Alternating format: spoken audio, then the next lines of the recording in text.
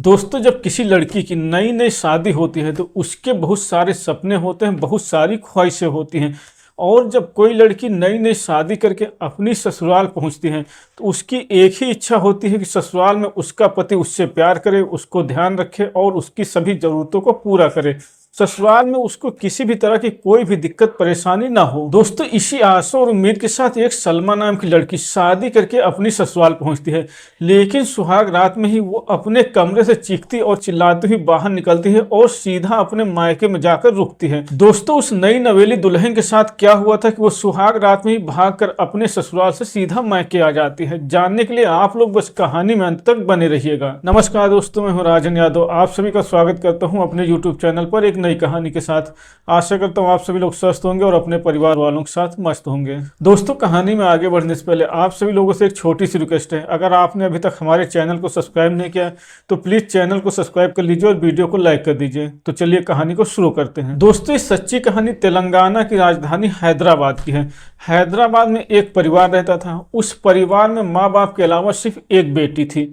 परिवार के मुखिया का नाम सलाउद्दीन था, जबकि उनकी बेटी का नाम सलमा होता है। दोस्तों, सलमा अपने माँ बाप की इकलौती औलाद थी। उसका ना कोई भाई था और ना कोई दूसरी बहन थी। इसीलिए सलमा के मम्मी पापा सलमा को बहुत ही लाड प्यार से पालते हैं और उसको बड़ा करते हैं। धीरे धीरे सलमा बड़ी होने लगती है और उसकी उम्र शादी के लायक हो जाती है। इसीलिए जब सलमा की उम्र शादी के लायक हो जाती है तो सलमा के अब्बू सलाउद्दीन उसकी शादी की तैयारी करना शुरू कर देते हैं। उनकी बस एक ही इच्छा थी कि जैसे उन्होंने अपनी बेटी को पाल पोस कर बड़ा किया है, वैसे ही ससुराल में उसको बहुत अच्छे से ध्यान रखने वाला कोई लड़का मिल जाए। उसको शादी के बाद किसी भी तरह की कोई भी दिक्कत परेशानी ना हो। यही सोच के सलाउद्दीन अपनी बेटी सलमा के लिए लड़का ढूंढना शुरू कर देते हैं। वो अपने बहुत सारे दोस्तों से, बहुत सारे रिश्तेदारों से बातचीत करते हैं कि मुझे अपनी बेटी सलमा की शादी करना है। कोई अच्छा सा लड़का हो, कोई अच्छा सा रिश्ता हो तो मुझे जरूर बताना। दोस्तों, उनके बोले कुछ दिनों के बाद ही सलमा के अब्बू का एक दोस्त उनके पास आता है और उनको पास के ही गांव में एक लड़का बताता है। वो बताता है कि लड़का देखने में बहुत स्मार्ट है और परिवार भी बहुत संपन्न है। वो लड़का भी अपने घर में अकेला ही है। जब ये सारी बातें सलाउद्दीन का दोस्त उनको बताता है तो वो बहुत खुश हो जाते हैं। इसीलिए अपनी बेटी की शादी की बातचीत करने के लिए वहां पर जाते हैं।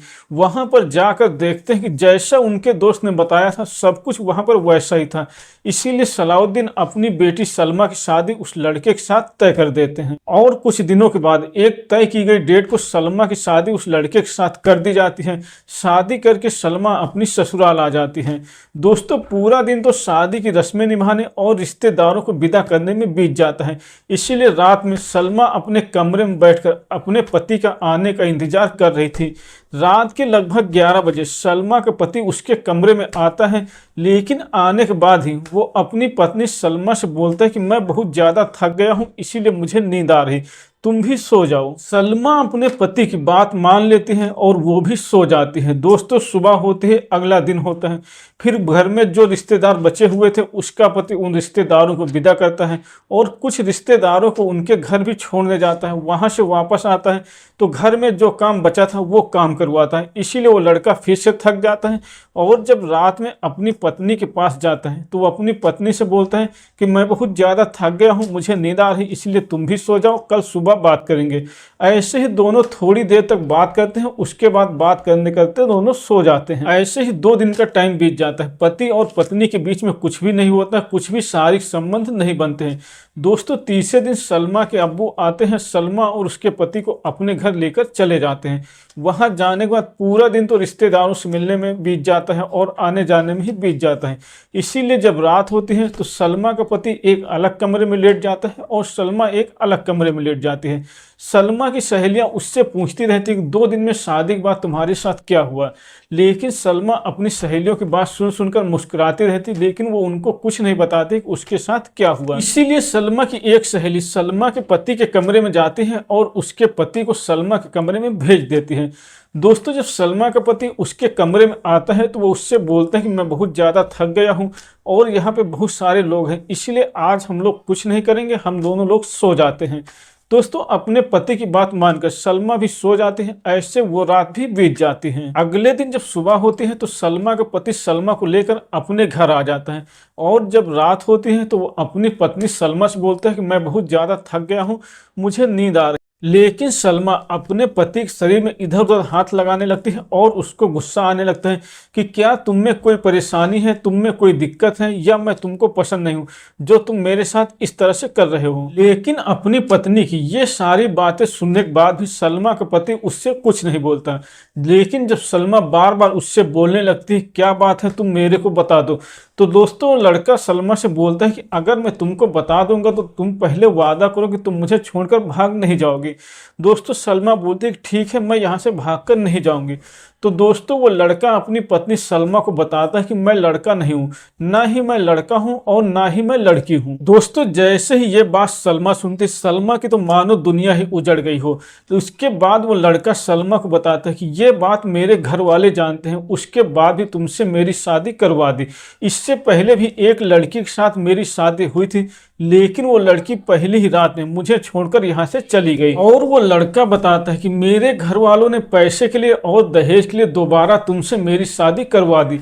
दोस्तों ये बातें सुनकर सलमा चिल्लाने लगती है कि जब तुमको पता था तुमने शादी क्यों की, तुम पहले ही एक लड़की की जिंदगी बर्बाद कर चुके हो और अब मेरी जिंदगी बर्बाद कर रहे हो। अगर मैं यहाँ से जाऊंगी तो मेरी कितनी बेइज्जती और बदनामी होगी, इसका अंदाजा तुमको नहीं है। दोस्तों ये सब बातें सुनकर सलमा अपने पति के ऊपर चीखने और चिल्लाने लगती है। इसके बाद वो अपने कमरे से बाहर निकलती है और अपने सास ससुर से भी झगड़ा करने लगती है।